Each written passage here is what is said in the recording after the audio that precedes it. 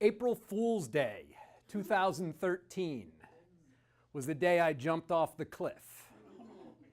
About 3 months before that, I came into my office, and sitting outside of my office was this woman. And I saw her, and my blood began to boil. And this woman I had spoke to my partners about 2 weeks earlier at a partners meeting, and we had to decide whether we were going to hire this woman. And for a variety of reasons, ethical reasons, financial reasons, I said, no, this woman should not be part of our business. And my other partner said, you're absolutely right, there's no way. So the partner who had suggested this said, okay, fine. Well, now 2 weeks later, she's sitting outside of my office. So I close the door, and I start fuming, and I gather myself, and I go marching down the hall to my partner's, to his office, and I looked at him, I said, why is she here? Didn't we agree that we weren't going to hire this woman? And he just looked at me, and he's like, don't worry about it, Jim. Don't you have better things to do? And I said, and I'm like, no, I don't. I don't have better things to do. And he said, Jim, I took your opinion. I listened to what you had to say, but I just didn't agree with it. Well, my two other partners were fraternity brothers, and they were 15 years older than me. And when I became a partner, there were 6 of us. So there was a little bit of a balance. But eventually, it was just me and the fraternity brothers. Well, I went into the other guy's office and said, you know, do you believe this is happening? He's like, no, I can't believe it. But he wasn't going to do anything about it. And here this woman was, who was, and I decided at that moment, if I wanted a true ownership interest, I couldn't stay here any longer. I was an equal partner, but my opinions were not respected. My decisions obviously had no weight, and I decided that if I wanted to be the guy, I had to leave. And so I left the office that day. I started circling the blocks in Norristown looking for rent signs, and I saw one that said for rent or sale.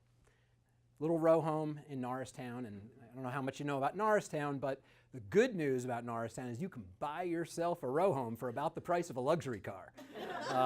So I decided, like, rent? Who rents? I'm gonna buy this place. So I went through the process, and I knew I was going to leave. But I did remember that a lesson my father had given me about, I'm guessing it was 1983, when I was working at the King's supermarket, and I was told that I was getting demoted back to having to push carts, and I was a dairy guy. I'm not pushing carts. So I walked out the door, and I went home and sat on the couch.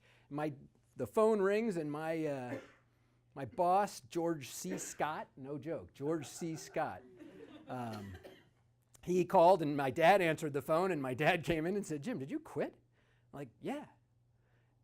You get your butt back there. You never quit a job without having a plan. And I'm like, Well, I remembered this when I decided that I hated my partner. So I did have a plan. And my plan was, I'm going to talk to all the important people in my life. I'm going to talk to the accountant that I know, because he's a trusted individual. I'm going to talk to all these lawyers that I've known over 20 years that have become friends, but also mentors. And they gave me incredible lessons, which if I had more than 5 minutes, I would talk about all those lessons, and I kind of think I was gonna, but I'm not going to now, because I just am sort of riffing right now. So I said no. A few weeks later, I closed on the building, unbeknownst to anybody at my company, really unbeknownst to most people. Nobody knew that I was buying this building and that I was going to leave, except for my secretary, who was my work wife. So I had to tell her. I realized that we had partners meetings every Monday, and I looked at the calendar. I'm like, whew, April 1st is a partners meeting. I think I know when I'm going to announce that I'm leaving. So I went in, and I told them that night, and I said, yeah, guys, I'm leaving. And I bought this building down the street, actually about 100 yards from here.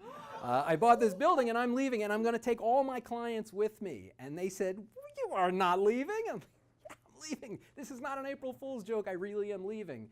And that was the day I jumped off the cliff and knew that I wanted a true ownership interest. And 4 years later, I've got a true ownership interest. So my lesson, I guess, is if you want a true ownership interest, you got to be able, you have to have people that respect you. And when you're by yourself, there's no one else but you to respect. So. Thanks.